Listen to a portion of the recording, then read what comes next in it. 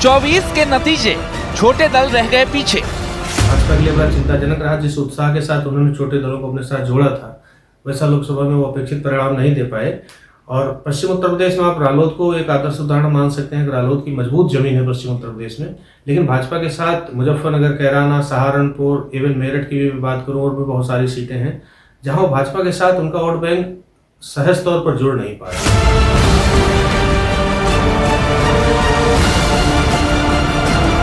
छोटे सहयोगी क्यों हुए अनुपयोगी? ये समाजवादी पार्टी इंडिया गठबंधन जो है लगातार सड़क से लेकर के सदन तक पीडीए परिवार की लड़ाई, पीडीए की आवाज़, दलितों, शोषितों, वंचितों की लड़ाई जो है वो सदैव लड़ता रहा है। और जब से ये लोग भारतीय जनता पार्टी के ये लोग घटक दल बने, इन्होंने पीडीए की रफ्तार को उन्होंने धीमी करने का काम किया। इनको न दलितों से, न इनको गरीबों से, न नौजवानों से, न पीडीए से, न शोषितों से इनको कोई वास्ता नहीं रह गया। इन्होंने उनसे बहुत दूरी बना ली। बदला वोटर का मिजाज, छोटे दलों की तबीयत नासाज। 24 के नतीजों में साफ दिखता है कि उत्तर प्रदेश की जनता ने छोटे क्षेत्रीय दलों को नकार दिया है। ओपी राजभर, संजय निषाद, अनुप्रिया पटेल, जयंत चौधरी भी उम्मीद के मुताबिक परफॉर्म नहीं कर पाए। ये सभी दल अपने अपने समाज की सियासत करते हैं, लेकिन ये समाज की सियासत इस बार कारगर साबित नहीं हुई। इसीलिए सभी आंकड़े और समीकरण बदल गए। बीएसपी का सुपड़ा साथ, दलित सियासत में नई शुरुआत।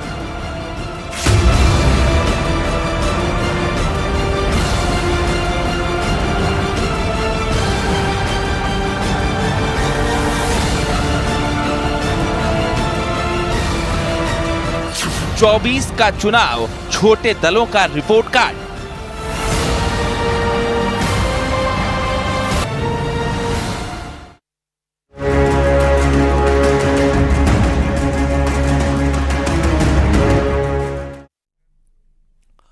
छोटे दलों की सियासत अपने क्षेत्रीय मुद्दों, जातिगत वोटर्स और समाज से जुड़ी रही है, लेकिन इस बार वोटर्स ने इन तमाम फैक्टर्स को दरकिनार कर छोटे दलों को झटका दे दिया।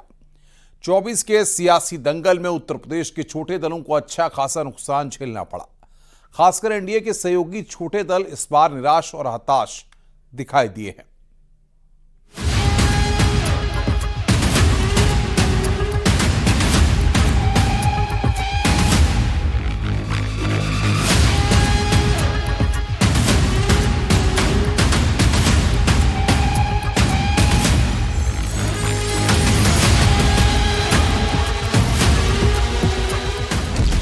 चौबीस के चुनाव में उत्तर प्रदेश में बीजेपी को अच्छा खासा नुकसान देखना पड़ा है। यूपी में इस नुकसान के पीछे कई वजहें गिनवाई जा रही हैं, लेकिन उन सब में एक सबसे अहम फैक्टर एनडीए के गठबंधन सहयोगियों का नाकाम होना। ओपी राजभर ने पूर्वांचल की कई सीटों पर अपने प्रभाव का दावा किया था, लेकिन राजभर न सिर्फ अपने बेटे को जिताने में नाकाम रहे, बल्कि जिन सीटों पर वो अपने प्रभाव का दावा करते रहे हैं उन पर भी बीजेपी को हार झेलनी पड़ी। उधर अनुप्रिया पटेल की पार्टी 2 सीटों पर चुनाव लड़ी, लेकिन एक सीट तो गंवाई ही, बल्कि कुछ विवादों की वजह से कई सीटों पर निगेटिव इफेक्ट भी दिखाई दिया। ऐसा ही कुछ संजय निषाद की पार्टी का हाल दिखा और उनके बेटे भी अपनी सीट नहीं जीत पाए। तो वही वेस्ट यूपी में जयंत चौधरी को जिस उम्मीद से गठबंधन से जोड़ा गया था, वैसा नतीजा नहीं मिला। आरएलडी ने अपनी दोनों सीटें तो जीत ली, लेकिन मुजफ्फरनगर, सहारनपुर और कैराना जैसी अहम सीटों पर आरएलडी का फायदा बीजेपी को नहीं मिलता दिखा। 24 के नतीजों में छोटे दलों की सियासत कितनी कारगर साबित हुई, ये रिपोर्ट कार्ड से साफ हो जाता है। छोटे दलों की चुनाव रिपोर्ट। अपना दल एस 2 सीटों पर चुनाव लड़ी, लेकिन एक ही जीत पाई। एसबीएसपी 1 सीट पर चुनाव लड़ी और वो भी हार गई। निषाद पार्टी भी 1 सीट पर चुनाव लड़ रही थी, लेकिन वो भी हार गई। आरएलडी 2 सीटों पर चुनाव लड़ी और दोनों सीटें जीती। आजाद समाज पार्टी कांसीराम 1 सीट पर चुनाव लड़ी और वो जीत गई। उत्तर प्रदेश पर विश्लेषण करने वाले ये बता रहे हैं और ये दिखाई भी दे रहा है कि जिनके साथ भारतीय जनता पार्टी ने सामाजिक समीकरणों की दृष्टि से गठबंधन किए वो सफल नहीं रहे। जैसे ओम प्रकाश राजभर की पार्टी से वो सफलता नहीं मिली इनको। तो जाहिर है कि अब नए सिरे से भारतीय जनता पार्टी इस पर विचार करेगी। आरएलडी के साथ गठबंधन के पीछे मूल बात यही थी कि पश्चिम उत्तर प्रदेश में और खासकर किसानों पर उनका प्रभाव होगा, जो किसान बेल्ट है, और उसमें भारतीय जनता पार्टी बहुत अच्छा करेगी। यद्यपि भारतीय जनता पार्टी पूर्वांचल की तुलना में पश्चिम में बेहतर किया, लेकिन उसको कड़े संघर्ष का सामना करने पड़े और महत्वपूर्ण सीटें उसने गंवाई हैं। छोटे दलों की सियासत अपने क्षेत्रीय मुद्दों, जातिगत वोटर्स और समाज से जुड़ी रही है, लेकिन इस बार वोटर्स ने इस सब से हटकर राष्ट्रीय मुद्दों पर वोट किया। शायद यही वजह रही कि उत्तर प्रदेश के छोटे दलों को अच्छा खासा नुकसान झेलना पड़ा। अनुप्रिया पटेल की पार्टी अपना दल सोनेलाल 2 सीटों पर चुनाव लड़ी, लेकिन खुद अनुप्रिया पटेल को अपनी सीट जीतने के लिए अच्छी खासी मशक्कत करनी पड़ी।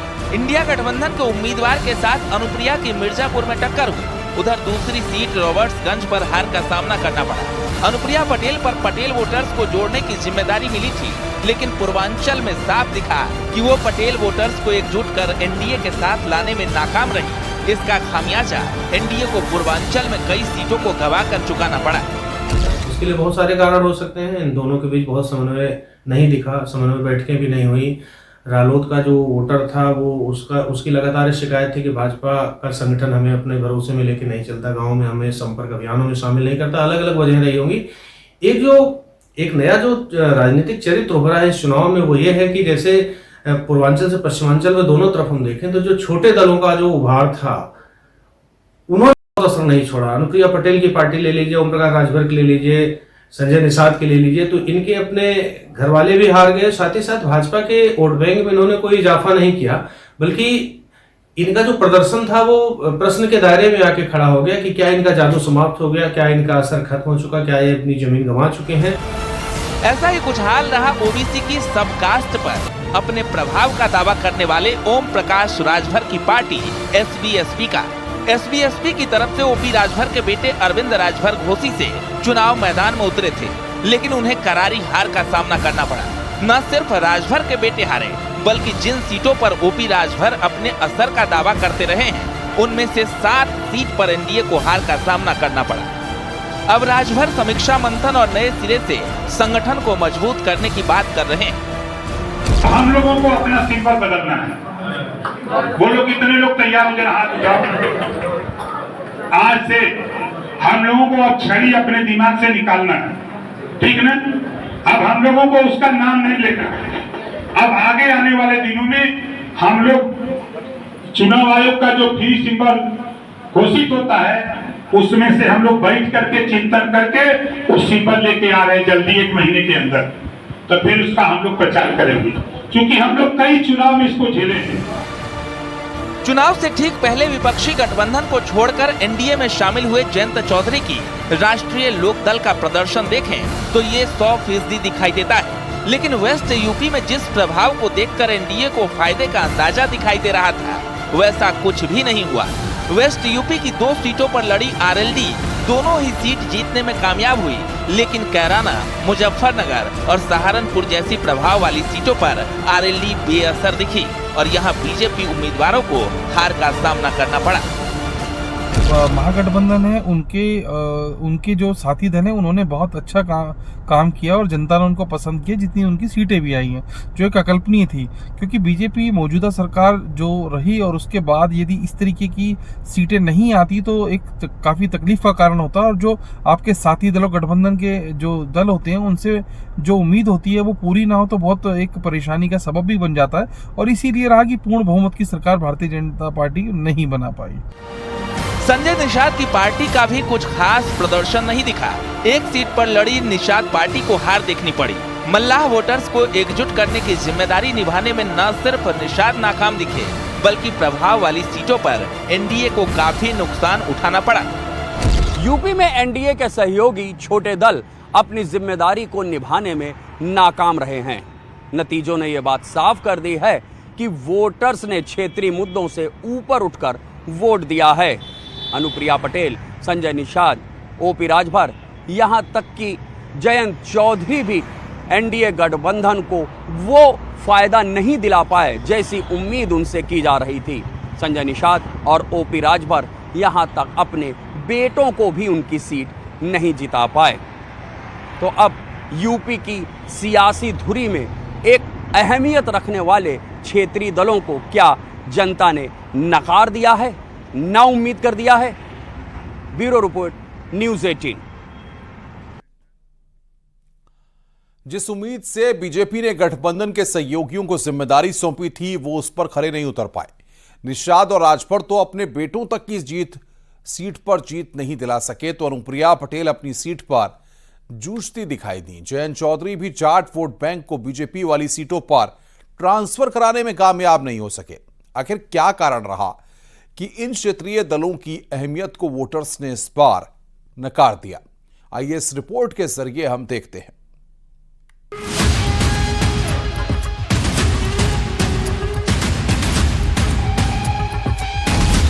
चुनावी नतीजों ने साफ कर दिया है कि उत्तर प्रदेश के क्षेत्रीय दलों को वोटर्स ने नाउम्मीद किया है। जिस उम्मीद से बीजेपी ने गठबंधन के सहयोगियों को जिम्मेदारी सौंपी थी, वो उस पर खरे नहीं उतर पाए। निषाद और राजभर तो अपने बेटों तक की सीट पर जीत नहीं दिला सके, तो अनुप्रिया पटेल अपनी सीट पर जूझती दिखाई दी, तो दूसरी सीट पर हार का सामना करना पड़ा। जयंत चौधरी ने अपनी पार्टी की दोनों सीट पर अच्छी जीत हासिल की, लेकिन जाट वोट बैंक को बीजेपी वाली सीटों पर ट्रांसफर कराने में कामयाब नहीं हो सके, जिसका नतीजा संजीव बालियान जैसे दिग्गज नेता की हार का एक कारण भी बना। इसके अलावा सहारनपुर और कैराना की सीट भी गंवानी पड़ी, तो मेरठ और अलीगढ़ जैसी सीटों पर विपक्ष से कांटे की टक्कर दिखी। लेकिन छोटे दलों से वोटर के इस मोह भंग की वजह क्या है? आखिर क्यों ये क्षेत्रीय दल ऐसी स्थिति में पहुंचे? छोटे दलों के खराब प्रदर्शन के 5 फैक्टर: क्षेत्रीय मुद्दों की अनदेखी, ओवर कॉन्फिडेंस, विवादित बयान, आपसी समन्वय की कमी, कैंडिडेट सिलेक्शन। उत्तर प्रदेश लोकसभा चुनाव में छोटे दलों की सियासी जमीन सिकुड़ गई। कांग्रेस और समाजवादी पार्टी गठबंधन ने 80 सीटों में 43 सीटों पर जीत दर्ज की। वहीं राज्य में सरकार होने के बाद भी बीजेपी गठबंधन को उससे कम सीटें मिली। बीजेपी ने 33, जयंत चौधरी की पार्टी आरएलडी ने 2 और अनुप्रिया पटेल की पार्टी अपना दल सोनेलाल ने 1 सीट पर जीत दर्ज की। दिलचस्प है कि जयंत चौधरी और अनुप्रिया पटेल वोट ट्रांसफर कराने में बीजेपी की खास मदद नहीं कर सके। वहीं कांग्रेस सपा गठबंधन ने बीजेपी गठबंधन में शामिल ओम प्रकाश, राजभर और संजय निषाद को चारों खाने चित कर दिया। दोनों ही दलों का दावा रहा है कि उनकी जाति के वोटर्स उन्हीं के साथ हैं। गठबंधन के लिहाज से बीजेपी ने पूरब से लेकर पश्चिम तक साधा। पश्चिम में जहां आरएलडी को अपने साथ जोड़ा, वहीं पूरब में ओम प्रकाश, राजभर को अपने साथ लेकर आई, लेकिन इसका परिणाम पर असर नहीं पड़ा। पूर्वांचल से पश्चिमांचल में दोनों तरफ हम देखें तो जो छोटे दलों का जो उभार था, उन्होंने बहुत असर नहीं छोड़ा। अनुप्रिया पटेल की पार्टी ले लीजिए, ओम प्रकाश राजभर की ले लीजिए, संजय निषाद के ले लीजिए, तो इनके अपने घर वाले भी हार गए। साथ ही साथ भाजपा के वोट बैंक में इन्होंने कोई इजाफा नहीं किया। सबसे बड़ा झटका अनुप्रिया पटेल की पार्टी को लगा। मिर्जापुर से 2014 से वो लगातार सांसद हैं और मोदी कैबिनेट में मंत्री भी हैं, लेकिन इस बार वो मात्र 37,000 वोट से जीत दर्ज कर सकी। अनुप्रिया पटेल 2014 और 2019 में 2 लाख से ज्यादा वोटों से जीती थी। इतना ही नहीं, बीजेपी ने इस बार अपना दल को 2 सीटें दी थी। सोनभद्र जिले की रॉबर्ट्सगंज से अपना दल के उम्मीदवार को 1.25 लाख वोटों से हार का सामना करना पड़ा। राजभर, निषाद, अनुप्रिया पटेल नाकाम दिखे, जयंत भी छाप नहीं छोड़ पाए। देखिए, ऐसा है कि इसमें तो कोई दोहराई नहीं है कि ये एक स्थापित क्षेत्रीय पार्टियां हैं और इनको जितना इन पे जिम्मेदारी दी गई थी या जितना इनको समझा गया था, उस हिसाब से ये उस कसौटी पे खरे नहीं उतर पाए। लेकिन भारतीय जनता पार्टी की ओर से इनके लिए कोई नकारात्मकता नहीं दिखाई गई, लेकिन हर दल भी अपनी कसौटी पे खरा नहीं उतरता, ये भी अपने आप में एक बड़ी बात है। तो मेरा मानना ये है कि ये जितनी उम्मीद थी उतना नहीं कर पाए, लेकिन वोट ऑफ प्रतिशत की अगर इनके बात करें तो वो चुनौतीपूर्ण टक्कर देने वाले थे। लेकिन जो इनसे एक तरीके से जो इनका मैजिक और जादू की उपेक्षा ये उम्मीद करी जा रही थी, वो पूरी नहीं हो पाई।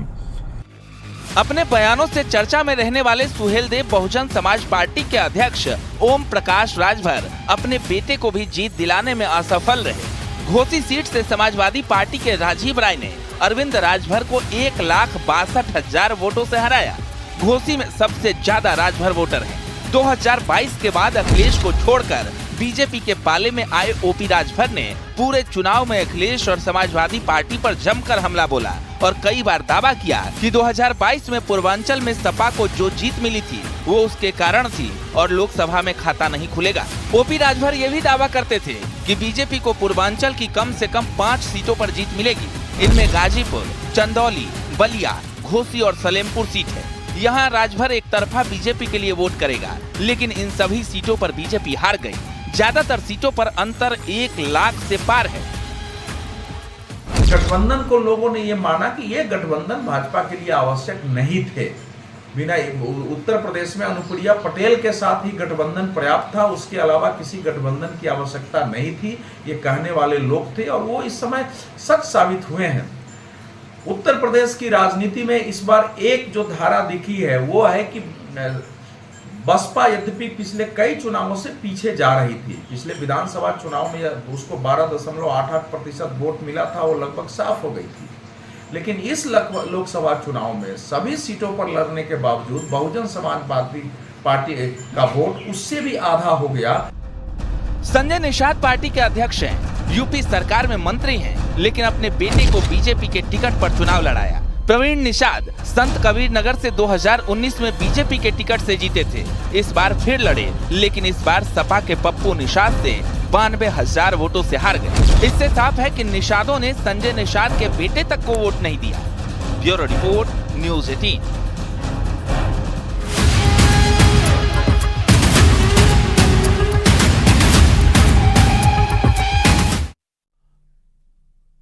बीएसपी ने अपनी सभी 10 सीटें गंवाकर अब तक का सबसे खराब प्रदर्शन किया है। दूसरी तरफ चंद्रशेखर ने पहली बार में ही भारी अंतर से चुनाव जीतकर इतिहास रच दिया। सिर्फ मायावती ही नहीं बल्कि कुछ और क्षेत्रीय नेता भी हैं जिन्हें उत्तर प्रदेश की जनता ने नकार दिया। इनमें विपक्षी गठबंधन को चुनाव से पहले छोड़कर नया मोर्चा तैयार करने वाली पल्लवी पटेल भी शामिल हैं, जिन्होंने असदुद्दीन ओवैसी के साथ मिलकर चुनाव लड़ा लेकिन बुरी तरह हारे। वहीं एसपी छोड़कर नई पार्टी के साथ चुनाव में उतरे स्वामी प्रसाद मौर्य भी फेल होते दिखाई दिए।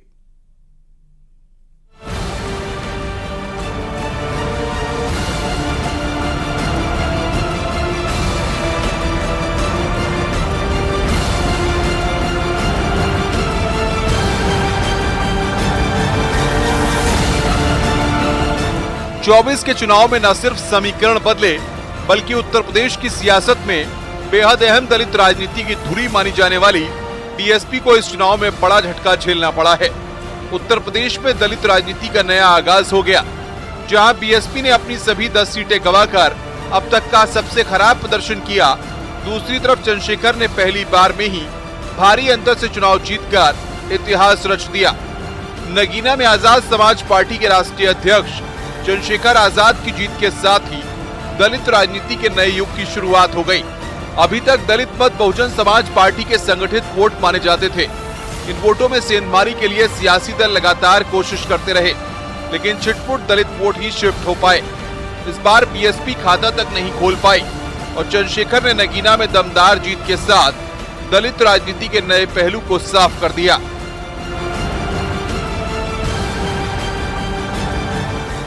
सिर्फ मायावती ही नहीं बल्कि कुछ और क्षेत्रीय नेता भी हैं जिन्हें उत्तर प्रदेश की जनता ने नकार दिया। इनमें विपक्षी गठबंधन को चुनाव से पहले छोड़कर नया मोर्चा तैयार करने वाली पल्लवी पटेल भी शामिल हैं, जिन्होंने असदुद्दीन ओवैसी के साथ मिलकर चुनाव लड़ा लेकिन बुरी तरह हारे। वहीं एसपी छोड़कर नई पार्टी के साथ चुनाव में उतरे स्वामी प्रसाद मौर्य भी फेल दिखाई दिए और कुशीनगर सीट पर चौथे नंबर पर सिमट गए।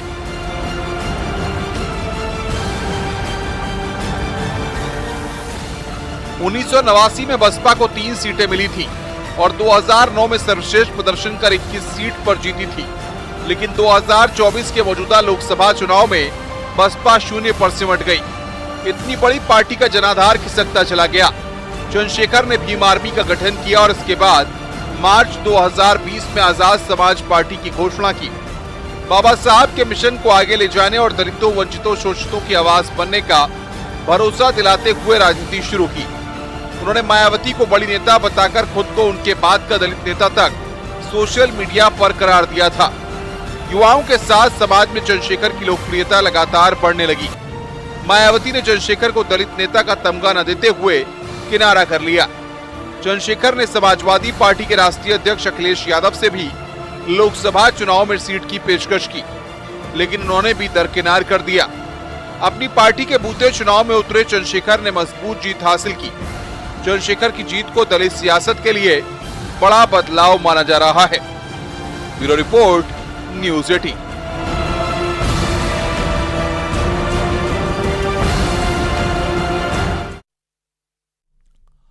दरअसल लोकसभा चुनाव में ज्यादातर छोटे दलों को निराशा हाथ लगी है, तो वहीं आजाद समाज पार्टी जैसे नए दल की नई राजनीति की शुरुआत भी हुई है। बीएसपी क्या अपनी इस करारी हार से उबर पाएगी और उपचुनाव में क्या इन दलों की अहमियत एक टर्निंग फैक्टर साबित होगी? कई सवाल उत्तर प्रदेश की सियासत के इर्द गिर्द घूम रहे हैं। व्यक्ति विशेष में आज के लिए बस इतना ही। खबरों का सिलसिला न्यूज 18 पर लगातार जारी है।